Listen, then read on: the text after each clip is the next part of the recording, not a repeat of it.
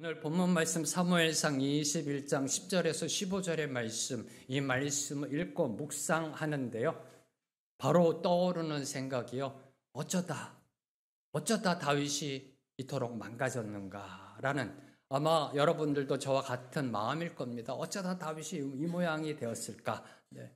그러면서 또 하나 떠오르는 질문이요. 인간이란 도대체 무엇인가? 어떤 존재인가? 인간은 하나님의 형상으로 지어진 존재인데 어쩌다 이렇게 망가질 수가 있을까?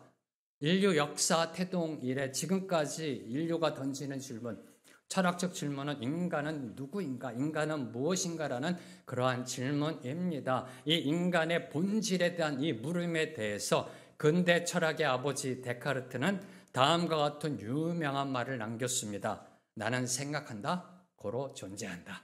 다 들어보시지 않았나요? 나는 생각한다, 고로 존재한다. 인간은 스스로 생각하는 존재라는 겁니다. 우리 인간은요, 저와 여러분은 아침에 일어나자마자 생각과 함께 하루를 시작합니다. 그리고 저녁에 잠자리에 들기까지 수많은 생각을 하면서 살아갑니다. 한마디로 우리 인생은 생각의 연속이라는 겁니다. 그럼 우리가 과연 얼마만큼 생각할 수 있을까? 얼마나 많이 생각하는가? 21세기 우리가 살고 있는 이 당대에 대표하는 이 수학자요, 물리학자요, 우주론학자인 존 베로 교수, 캠브리지 대학교 교수이십니다. 존 베로 교수가 쓴 책 무한으로 가는 안내서를 보면요, 인간의 뇌가 구현할 수 있는 신경 구조들에 대한 연구에 따르면 우리 인간의 뇌가 만들어내는 그 신경 구조들, 그 연구하는 바에 따르면 우리 인간이 할 수 있는 생각은 약 10의 70조 제곱가지이다. 10의 70조승이다라고 기록되어 있습니다. 이는 한마디로 우리 인간이요, 무한대로 생각할 수 있는 뇌를 가지고 있다는 겁니다. 무한대로 10의 70승, 어마어마한 겁니다. 무한대입니다. 그렇게 생각할 수 있는 뇌를 가지고 있음을 보여줍니다. 자, 그러면 실제로 우리 인간은 하루에 얼마나 많은 생각을 하며 살아갈까요? 네. 이에 대해서 미국 국립과학재단에서요, 2005년 발표한 자료에 의하면 하루의 생각, 저와 여러분 인간이 생각하는 그 생각은요, 사람에 따라 차이가 있지만 12,000에서 6만 번 정도, 12,000에서 6만 번 정도 생각한다라고 나타났습니다. 최근의 연구에 의하면 7만 번, 8만 번이라는 연구 결과도 나오고 있습니다. 이 연구 결과에서 주목하는 것, 사람의 생각 중 대부분이 부정적이었다라는 겁니다. 이 부분입니다. 사람이 생각하는 것의 대부분이 부정적 생각이 80% 이상이나 되었다. 이 미국 국립과학재단뿐만 아니라요, 여러 곳 그 연구기관에서 발표한 자료가 공통으로 하루에 인간이 생각하는 게 10,000번이든 60,000번이든 100,000 번이든 상관없이 80% 이상이 부정적이고 한 20%가 긍정적인 생각이었다라는 겁니다. 그리고 생각의 95%, 저와 여러분이 생각하는 그 생각의 95%는요, 이전에 했던 생각을 반복하는 것으로 나타났다라고 합니다. 생각을 곱씹는 겁니다. 생각을 되새김질하는 것이라고 나타났습니다. 자, 만약에 하루에 6만 번 생각한다라고 가정하면은 1분에 대략 42번이 됩니다.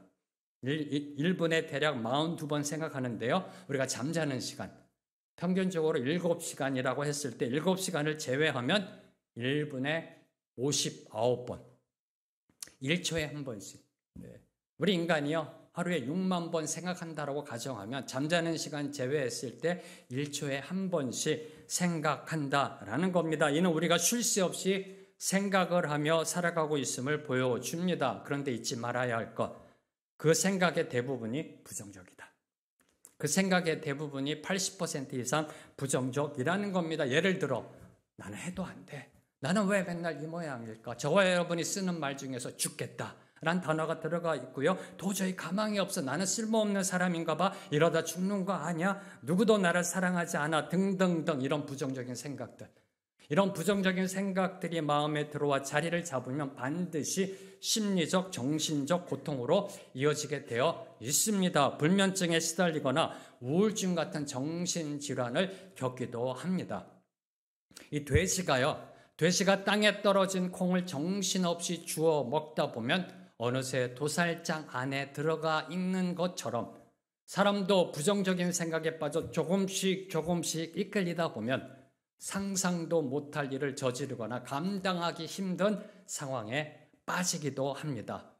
기억하십시오. 저와 여러분이 생각하는 것, 인간이 생각하는 모든 것들이 실제로 모두 다 일어나지 않는다. 동의하지 않으세요? 다시 선포합니다. 저와 여러분이 생각하는 모든 것들이 실제로 모두 다 일어나지 않는다라는 겁니다. 생각이 많아지면 일어나지도 않을 일을 미리 걱정하며 두려워합니다. 생각이 복잡해집니다. 이 변수, 저 변수 떠올리며 생각의 주판알을 굴리게 되어 있습니다. 꼬리에 꼬리를 물고 일어나는 생각을 곱씹다가 결국 제풀에 지치는 겁니다.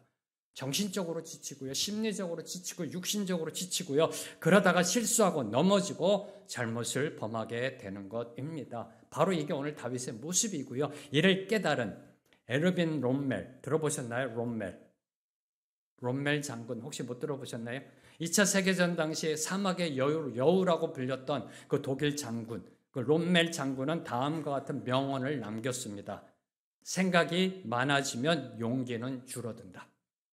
적당한 생각은 지혜를 주지만 과도한 생각은 결국 나를 겁쟁이로 만들 뿐. 그것은 생각이 아니라 잡념이다.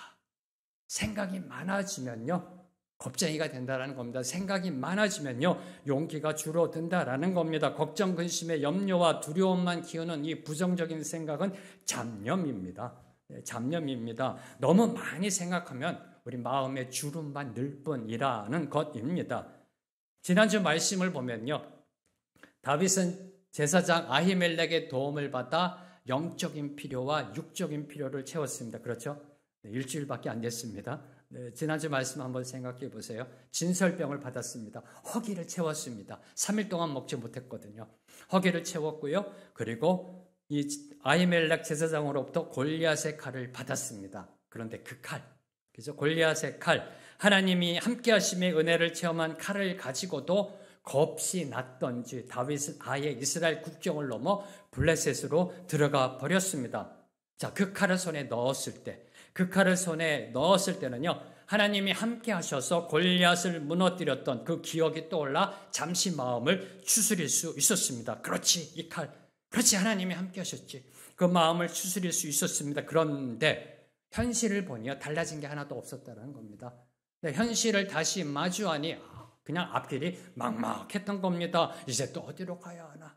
골리앗 칼은 있는데 이제 어디로 가야 하나? 세상은 변하지 않았습니다. 현실은 변하지 않았습니다. 그냥 이렇게 살다가 죽는 것이 내 인생이란 말인가? 이 생각, 저 생각이 많아졌습니다. 사울에 대한 생각, 사울이 왜 나를 죽이려고 하는지, 왜 나에게 창을 던지는지, 지금까지 도망쳐온 과정 하나하나, 그리고 이제 어디로 가야 하나, 앞으로 어떻게 해야 하나 등등등 생각을 곱씹을수록 염려, 걱정, 근심만 쌓여만 갔던 겁니다. 그러자 잠시 추스렸던, 골리앗의 칼을 손에 들고 잠시 추스렸던 담대함의 용기는 사라지고 다시 두려움에 휩싸이게 되었던 겁니다.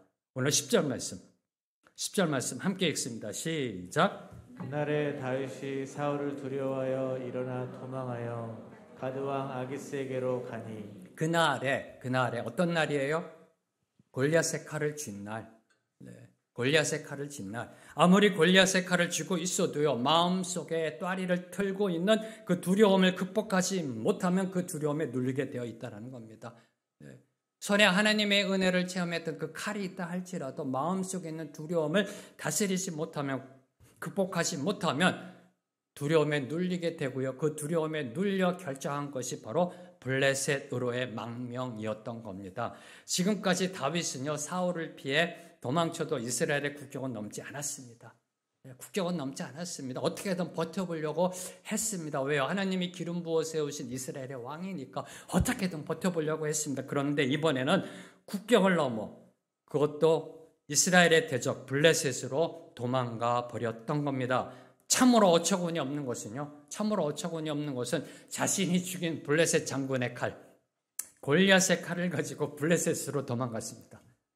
참으로 아이러니 중에 아이러니 아닌가요? 자신이 죽인 블레셋의 장수 골리앗의 칼을 가지고 그 블레셋으로 도망갔습니다. 그곳에 도움이 혹시나 있지는 않을까 생각하며 블레셋으로 도망갔습니다. 아이러니 중에 아이러니입니다. 두려움의 생각은요, 이렇게 어리석은 선택으로 이끕니다. 판단력이 흐려져서요, 바보 같은 결정을 하게 만들게 되어 있다는 겁니다. 이 팩트 속에, 이 문맥 속에 세 가지를 먼저 묵상고자 합니다. 다시 한번 여러분 10절을 주목해 보세요. 첫째, 다윗이 사울을 두려워하여 도망간 곳은 가드이다라고 기록하고 있습니다. 가드. 자, 가드는 당시 블레셋의 왕도였습니다. 오늘날 말하면 수도, 캐피탈. 가드는 블레셋의 왕도였고요. 또 하나, 다윗에게 죽임을 당했던 골리앗의 고향이었습니다. 그것으로 도망간 겁니다. 왜 가드로 도망갔을까? 왜 하필이면 이스라엘의 원수 대적 블레셋일까? 네.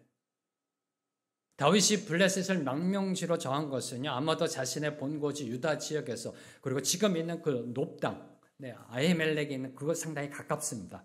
그래서 다윗이 유다 지역에서 가까울 뿐만 아니라 그 가드가요, 그리고 사울이 이스라엘과의 적대 관계에 있는 블레셋까지 자신을 추격할 수 없기 때문에 이 사실을 염두에 두었을 겁니다. 그리고 또 하나, 적대 국가의 장수, 이스라엘의 장수가 귀신한다고 하면 블레셋 사람들이 환영해 줄 것으로 생각했기 때문입니다. 그런데 그 결과는 다윗의 생각과는 달랐다는 겁니다. 또 다른 위기가, 또 다른 죽음의 공포가 기다리고 있었습니다.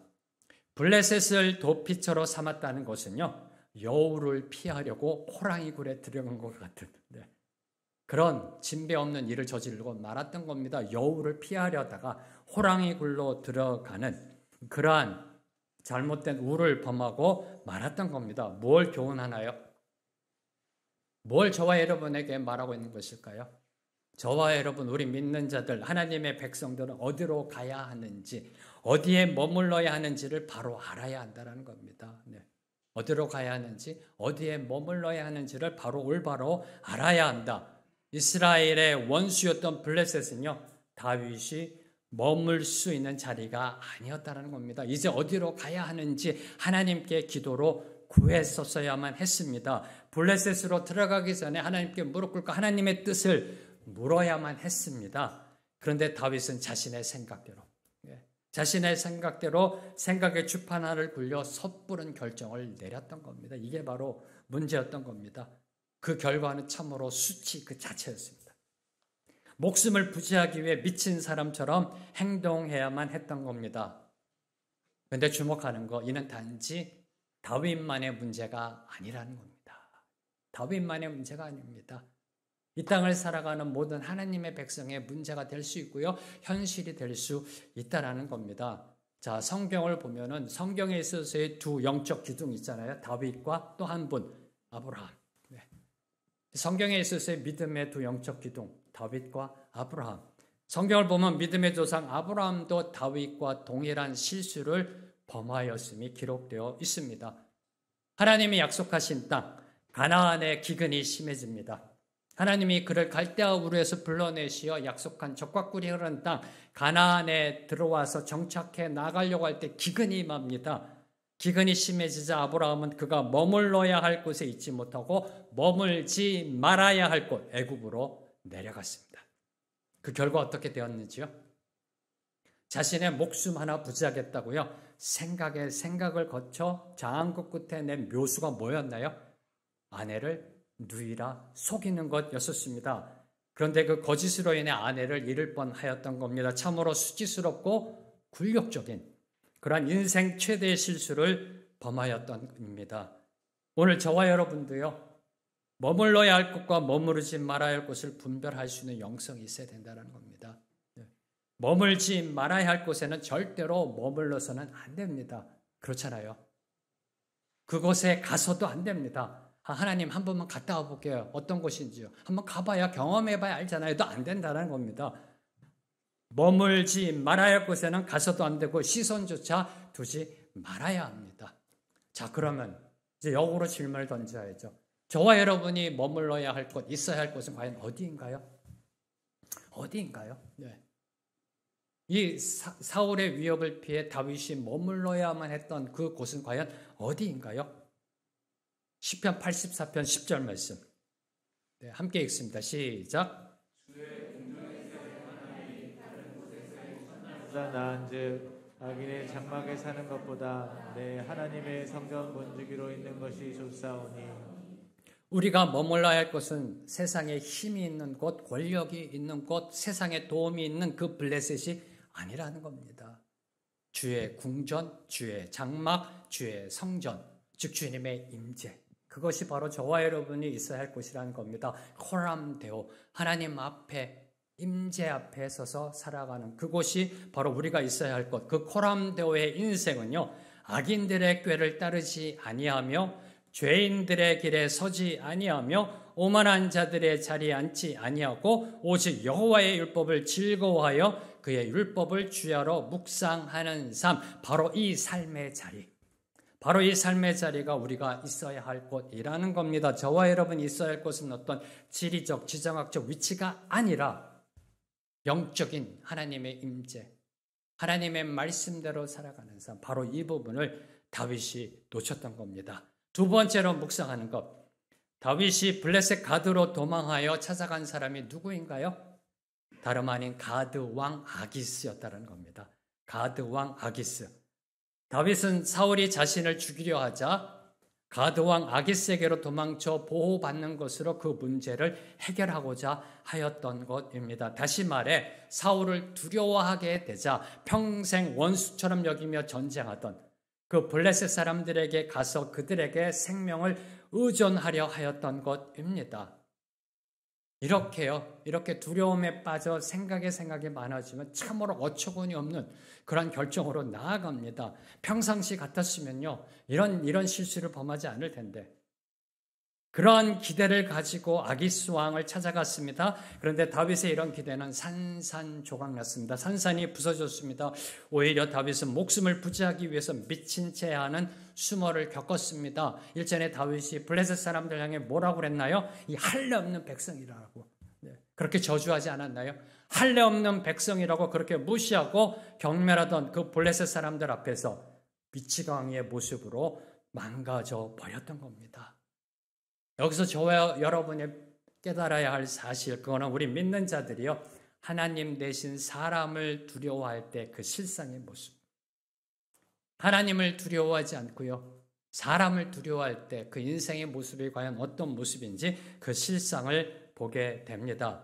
사울에서 도망쳤던 다윗은요, 이제는 블레셋 아기스에게서도 도망쳐야만 했습니다. 사울이 두려워서 사울로부터 도망쳤는데 이제 아기스 왕에게 가서 도움을 청하고자 갔는데 이제 여러분이 말씀을 보면 그 아기스 왕으로부터 도망쳐야만 했습니다. 살고자 가드로 아기스 왕에게 나아갔는데 다시 그 죽음의 공포를 피해 도망쳐야만 했다라는 겁니다. 믿는 자가요, 우리 믿는 사람들이, 하나님의 백성이 사람을 두려워하게 되면, 하나님을 두려워하지 않고 사람을 두려워하게 되면 그 어느 누구라 할지라도, 설사 아브라함과 다윗과 같은 믿음의 사람이라 할지라도 반드시 올무에 걸리게 되어 있습니다. 다시 선포합니다. 그 어느 누구라 할지라도, 다윗이라 할지라도, 아브라함이라 할지라도 사람을 두려워하면, 세상을 두려워하면 반드시 올무에 걸려 있습니다. 어떻게 그렇게 확신하냐고요? 성경에 그렇게 적혀 있으니까요. 잠언 29장 25절, 사람을 두려워하면 올무에 걸리게 되거니와 여호와를 의지하는 자는 안전하리라. 사람은 의지의 대상이 아닙니다. 네. 이 목사인 저도요, 그래서 저를 의지하려고 하지 마세요. 저를 신뢰하려고 하지 마세요. 네. 사람은 의지의 대상이 아니고요, 사람은 믿음의 대상이 아닙니다. 우리가 믿고 의지해야 할 분 오직 한 분, 오직 한 분 하나님밖에 없음을 다윗은 이 진리를 깨닫고 이렇게 선포합니다. 시련과 고난을 통하여, 트라이얼 에러, 그 실수를 통하여 마지막에 깨달은 그 진리는 시편 18편 2절 말씀, 시편 18편 2절 말씀 함께 선포합니다. 시작. 여호와는 나의 반석이시요 나의 요새이시요 나를 건지시는 이시요 나의 하나님이시요 내가 그 안에 피할 나의 바위이시요 나의 방패시요 나의 구원의 뿌리시오 나의 산성이시로다. 아멘. 이 고백이 저와 여러분의 고백이 되기를 선포합니다. 오늘같이 망가지는 모습을 통하여 그리고 앞으로 겪게 될 시련과 고난의 그 인생의 실수를 통하여 결국 다윗이 깨달은 진리가 바로 이겁니다. 오직 하나님밖에 없다. 하나님이 나의 산성이시고 나의 요새이시고 내가 피할 바위이다 라는 걸 깨닫게 됐다는 겁니다. 저와 여러분도 마찬가지입니다. 어차피 깨닫게 될 거 일찍 깨달으십시오. 일찍 깨닫고요. 모든 것 다 하나님께 맡기는 저와 여러분이 되기를 주님의 이름으로 선포합니다. 세 번째로 묵상하는 것. 오늘 다윗의 모습을 보면서요. 하나님에 대한 믿음이 약해지면 약해질수록 하나님을 의지하지 못하면 못할수록 세상에 대한 두려움은 점점 더 커져만 간다라는 사실을 교훈합니다. 즉 믿음과 두려움은 반비례한다.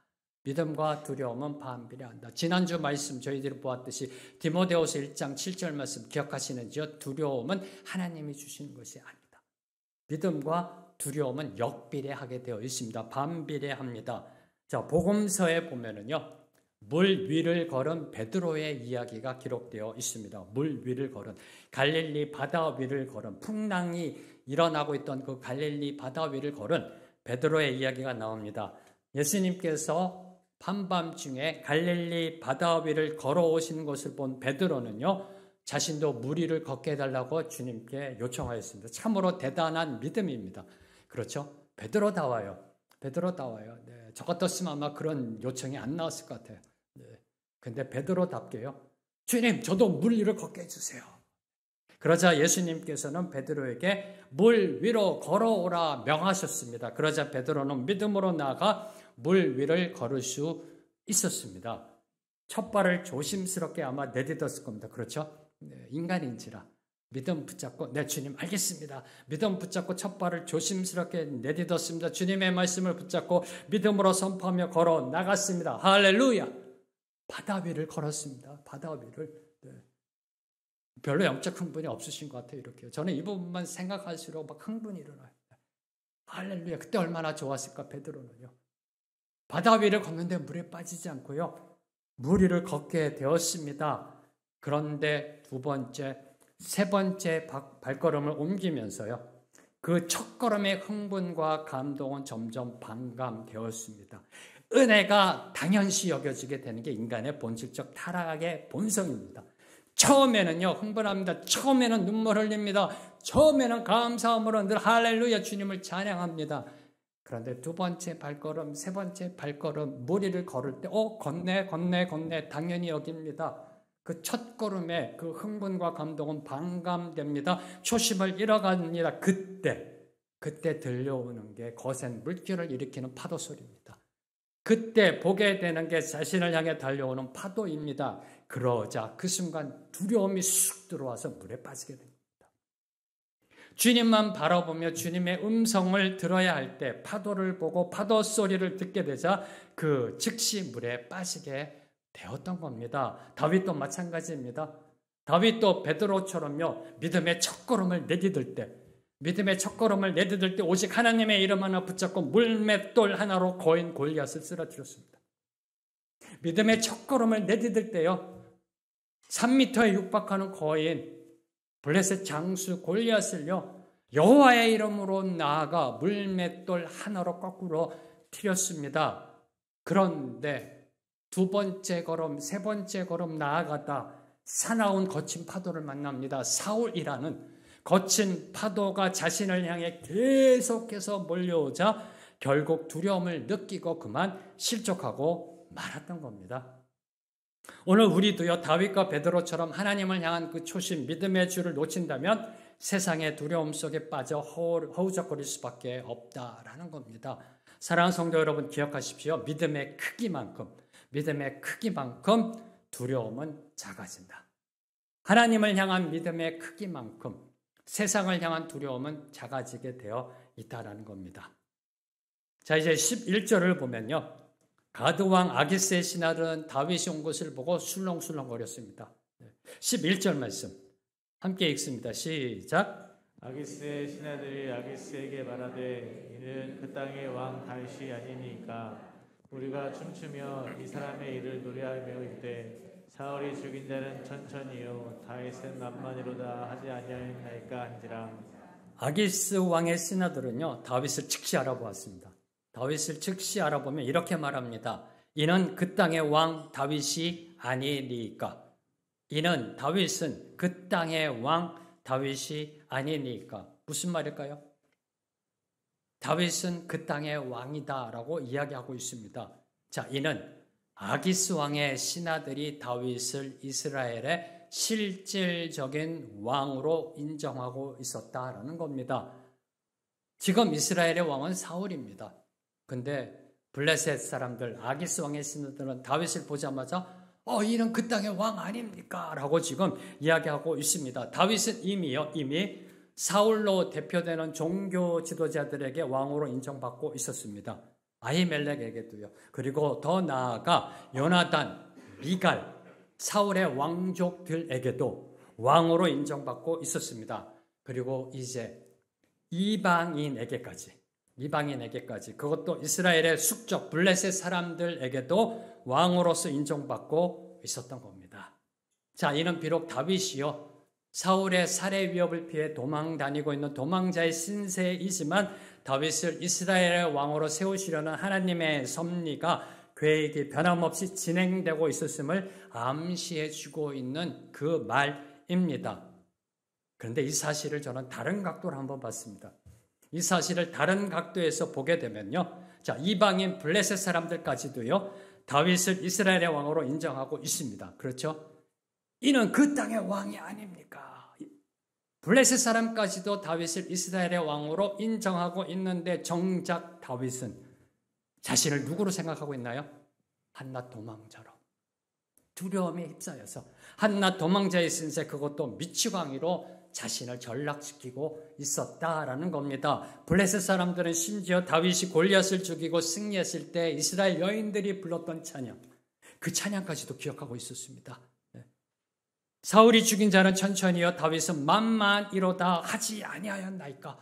이 블레셋 사람들은요 그 오래전 다윗이 골리앗을 무찔렀을 때 이스라엘 여인들이 불렀던 그 노래까지도 기억하고 있었습니다. 다윗은 만만이다라까지 기억하고 있었습니다. 그런데 지금 다윗은 자신을 향한 하나님의 섭리를 보지 못하고 침이나 질질을 흘리고 있는 겁니다.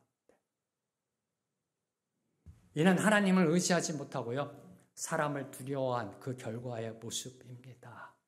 12절 말씀 읽습니다. 시작.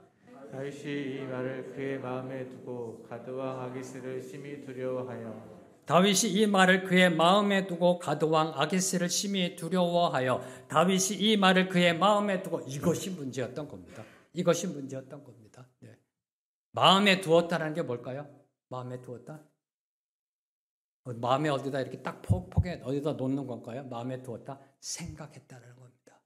그것도 그냥 생각이 아니라 깊은 생각. 마음에 두었다는 거는요, 꼼꼼히 묵상했다는 거, 큐티했다는 겁니다. 네. 생각에 생각을 거듭해서요. 이리 생각, 저리 생각. 네.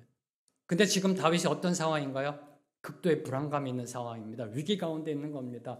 네. 두려움 가운데 있는 그런 가운데 마음속에 쑥 들어온 말은요, 반드시 탈이 나게 되어 있습니다. 그 생각하게 되면요, 그나마 평상시의 생각도 80%가 부정적인데, 즉 극도의 불안 가운데서 쑥 마음에 들어온 그 말은요, 탈이 나게 되어 있습니다. 하나님의 말씀이 아니라 인간의 말, 사람의 말이 마음에 들어오면 반드시 그 부작용이 생기게 마련입니다. 자, 그럼 다윗이 마음에 담은 이 말은 무엇인가요? 이 말을 그의 마음에 두고 다윗이 이 말을 생각했다는 겁니다. 곱씹었다는 겁니다. 되새김질했다는 겁니다. 그럼 이 말이 뭘까요? 이 말은요, 그 땅의 왕이다, 만만이다 이 말입니다. 다윗은 그 땅의 왕이다, 다윗은 만만이다라는 이 말, 하나님이 다윗에게 부여하신 정체성, 그렇잖아요. 그 땅의 왕, 만만, 하나님이 기름 부어 이스라엘 왕으로 세우셨음을 증거하는 선포 아닌가요? 블레셋 사람들이 증거합니다. 다윗 네가 왕이고 너는 만만이다. 하나님이 이 다윗을 이스라엘 왕으로 세우셨다는 그 증거의 선포입니다. 평소 다윗 같았으면 이 말을 듣고요, 아마 하나님 앞에 무릎 꿇었을 겁니다. 하나님 감사합니다. 못난 놈, 부족한 놈, 아무 보잘것없는 놈 세워주셔서 왕으로 세워주시고 저렇게 이방인의 입술을 통하여 저에게 힘을 주시고 위로해 주심에 감사합니다라고 아마 무릎 꿇고 하나님께 감사하며 송축하였을 겁니다. 근데 지금은 심히 두려움. 앞서 10절을 보면요. 다윗은 사울을 두려워하였다고 되어 있습니다. 사울을 두려워하여 블레스 왕 아기스에게로 왔는데 이젠 가드 왕 아기스를 심히 두려워하고 있습니다. 두려움이 더 큰 두려움을 불러왔던 겁니다. 뭘 통해서요? 사람의 말을 생각함으로. 두려움이 사람이 한 말을 생각함으로 더 큰 두려움으로 나아갔던 겁니다. 그리고 그 두려움은 참으로 수치스럽고 굴욕적인 결과를 초래하였습니다. 그게 13절에서 15절 말씀입니다. 다윗은 목숨 부지하겠다고요. 미친 채하고 대문짝에 그적거리며 침을 수염에 흘렸습니다. 침 질질 흘리면서 미친 사람처럼 대문짝에 몸을 긋고요. 그러자 아기스 왕이 노를 바라며 그의 신하들을 질책합니다. 너희도 보거니와 이 사람이 미치광이로다. 어찌하여 그를 내게로 데려왔느냐. 어쩌다 이렇게 망가졌을까요? 누가요? 다윗이 어쩌다 이리도 망가졌을까요? 골리앗도 두려워하지 않던 다윗, 그 다윗의 모습은 어디로 가고요? 왜 이토록 이렇게 비참하게 수치스럽게 무너졌는가? 이 질문을 던지지 않을 수 없습니다. 그렇죠? 어쩌다 이 모양이 됐는가? 이 부분을 묵상하다 내린 결론. 신앙인이 신앙으로 살지 못하면 이렇다라는 겁니다. 아주 간단하더라고요. 저와 여러분은 신앙인입니다. 종교인이 아닙니다. 신앙인, 하나님을 믿는 신앙인. 신앙인이라는 것은 신앙으로 살아가는 사람들이라는 겁니다. 신앙인이 신앙으로 살지 못하면 이 모양으로 누구든지 망가지게 되어 있다라는 겁니다. 하나님을 향한 믿음, 그 신앙으로 나아가지 못했던 겁니다. 사람을 두려워하였습니다. 세상을 두려워하였습니다. 목숨 하나 건지겠다고요. 시련과 고난의 폭풍우가 몰려오자 목숨 부지하겠다고 성전에 가서 거짓말을 했습니다. 성전에 가서 하나님의 계신 그곳에 가서, 그리고 더 나아가 대적 앞에서, 원수 앞에서, 블레셋 앞에서 두려워 떨며 미친 채 하였습니다. 끝없는 추락입니다. 하나님 앞에서 거짓말을 하지 않나. 이방인, 할례받지 못한 그 블레셋 사람 앞에서 거짓 행동을 하지 않나. 끝없는 추락입니다. 만약 여기서 사무엘상 이야기가 끝났다라면, 만약 여기서 성경이 끝났다라면 저와 여러분에게는 아무런 소망이 없습니다. 아무런 소망이 없습니다. 그렇죠? 다윗도 이렇게 처참하게 무너졌는데, 이렇게 망가졌는데, 그런데 감사하게도 다윗의 이야기는 여기서 끝나지 않았다라는 겁니다. 이게 감사한 겁니다. 놀랍게도 다윗은 아기스로부터 쫓겨난 후에 자신의 신세를 한탄하며 하나님을 원망하지 않았습니다. 네, 저 같았으면요, 극도의 스트레스가 생겼을 것 같아요. 트라우마가 생겼을 것 같아요. 안 그랬을까요? 네, 어떤 트라우마? 야, 그러고도 네가 목사냐? 그런 생각 안 들었을까요? 저는 이 부분을 묵상하면서요, 하나님이 이제 다음 말씀을 보면은요, 다윗을 아둘람 공동체로 이끄십니다. 네, 이 상황을, 위기를 모면해 주세요. 그때 아마 저는 이렇게 생각했을 것 같아요. 그때 이제 정신을 차리고 나서, 야, 황 목사, 네가 목사냐? 네가 목사야? 어떻게, 야, 너 창피하다. 막 이렇게 스스로 죄책감이. 안 그랬을까요? 그렇죠? 내가 봐도 부끄럽잖아요. 내가 봐도 수치스럽잖아요. 내가 목사인데, 장로인데, 권사인데, 집사인데, 3대째인데, 신앙생활 50년, 60년 했는데 이거밖에 안 돼. 이게 쓱 쭉 밀려 들어올 것 같아요. 이 신앙적 트라우마가 생겼을 것 같아요. 영적 트라우마. 그런데 다윗은요, 자포자기하지 않았습니다. 하나님을 원망하지 않았습니다. 자신을 저주하지 않았습니다. 블레셋 가데스의 위기를 벗어난 후 귀중한 교훈을 깨달았습니다. 그 깨달음을 고백한 것이 시편 34편 말씀입니다. 사람에게 피하려 한 자신의 생각이 얼마나 어리석었는지, 그리고 오직 하나님만이 환난날의 피난처가 되신다는 사실을 깨닫고 공개적으로 선포하며 하나님을 송축하였습니다. 그 송축의 고백이 시편 34편의 말씀입니다. 그래서 다음 주에는 이 시편 34편의 말씀으로요, 저희가 은혜 받으면 하는 그런 마음으로 지금 준비 중입니다. 하나님이 허락하시면 다음 주에 시편 34편의 말씀을 한번 묵상하고 그 다음 사무엘상의 그 이야기로 넘어가고자 합니다. 주님은요, 물에 빠졌던 베드로, 물에 빠져 허우적거리던 그 베드로에게 손 내밀어 주셨듯이 가드에서 허우적거리고 있는 다윗에게도 손 내밀어 주셨습니다. 다윗을 가드에서 건지시어 유대 땅 아둘람 동굴로 옮기셨습니다. 그리고 그곳에서 미래의 이스라엘을 준비하며 동고동락하는 아둘람 공동체를 만들어가게 하셨습니다. 다시 선포합니다. 갈릴리 바다에 빠져 허우적거리고 있던 그 베드로에게 손 내밀어 주신 주님은 오늘 가드에서 허우적거리고 있는 다윗에게도 손 내밀어 주시고 그를 일으켜 세워 주셨습니다. 혹시 지금 사는 게 너무 힘들고 지쳐서요, 다윗처럼 실수하고 넘어지고 망가져 가고 있지는 않으신지요? 지금 뭐 하나 내세울 곳 없고요, 별 볼 일 없어 보여도 미친 채 하지 않고서는 살아갈 수 없는, 미친 채 해야 겨우 목숨 하나 건사할 수 있다 하더라도 좌절하지 마십시오. 자포자기 하지 마십시오. 왜요? 우리의 마지막은 승리로 장식하게 될 것이기 때문입니다. 저와 여러분의 마지막은 승리입니다. 아니, 그 승리는 지금 진행형입니다. 그 승리는 진행형입니다. 그 승리의 표대만을 바라보며 우리의 생각을 단순하게 하십시오. 생각을 단순하게 하십시오. 무엇을 먹을까, 무엇을 입을까 모두 다 주님께 맡기시고요, 우리의 인생을 심플하게 살아가십시오. 이것저것 보려고 하지 마시고 오직 한 분만 보세요. 주님만 바라보세요. 이것저것 들으려고 하지 마시고 오직 주님의 말씀만 들으세요. 심플하게, 단순하게 살아가는 것이 축복이요 행복으로 나아가는 길입니다. 오늘도 우리에게 손 내밀어 주시는 그 주님, 다윗에게 손 내미시고 베드로에게 손 내밀어 주셨던 그 주님은 만왕의 왕 만주의 주이십니다. 온 세상을 창조하신 창조자여 주권자여 통치자이십니다.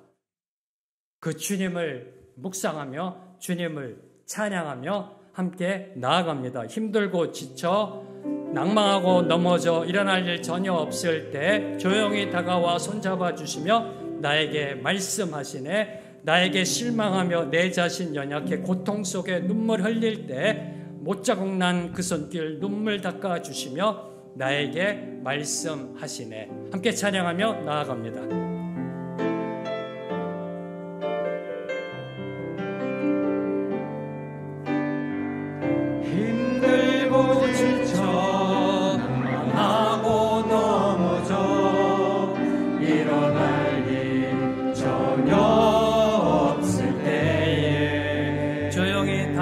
손잡아주시며 감사합니다. 주님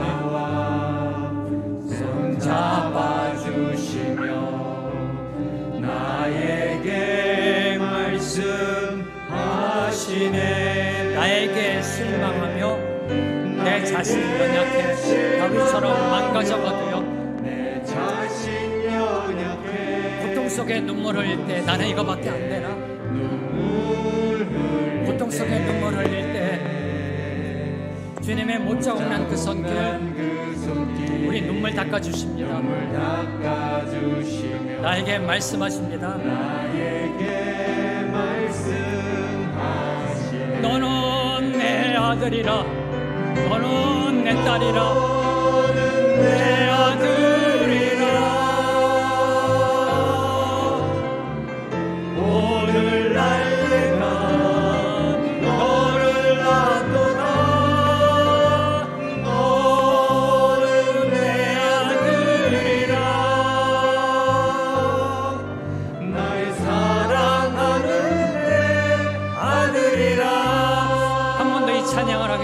찬양할 때요, 여러분의 삶에 굴곡을 올려드리며 기도합니다. 여러분의 자녀들, 여러분의 인생, 여러분의 가정 가운데 시련과 어려움과 고난들 주님 앞에 모두 다 올려드리며 기도합니다. 힘드신지요?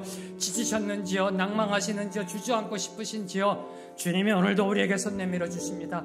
못자국 난 그 손길, 그 손길로 우리의 눈물을 닦아주십니다. 손 내미는 그 손 보시고 그 손 잡고 다시 일어나기를 소망하며 함께 찬양합니다.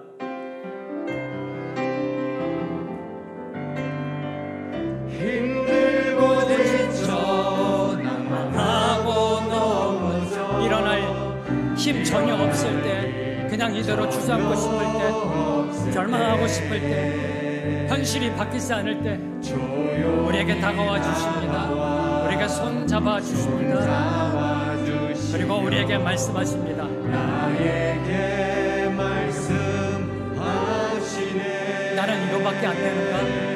나는 이렇게밖에 살 수 없나? 나에게 실망합니다. 내 자신 연약합니다. 형편없습니다. 오늘도 또 넘어집니다. 주님 앞에 그저 나아가 고통 속에 울부짖을 수밖에 없습니다. 못자국 난 그 손길 눈물 닦아주시며 나에게 말씀하시네. 너는 내 아들이라, 너는 내 딸이라, 너는 내 아들이라. 오늘 날 내가 너를 놔두라.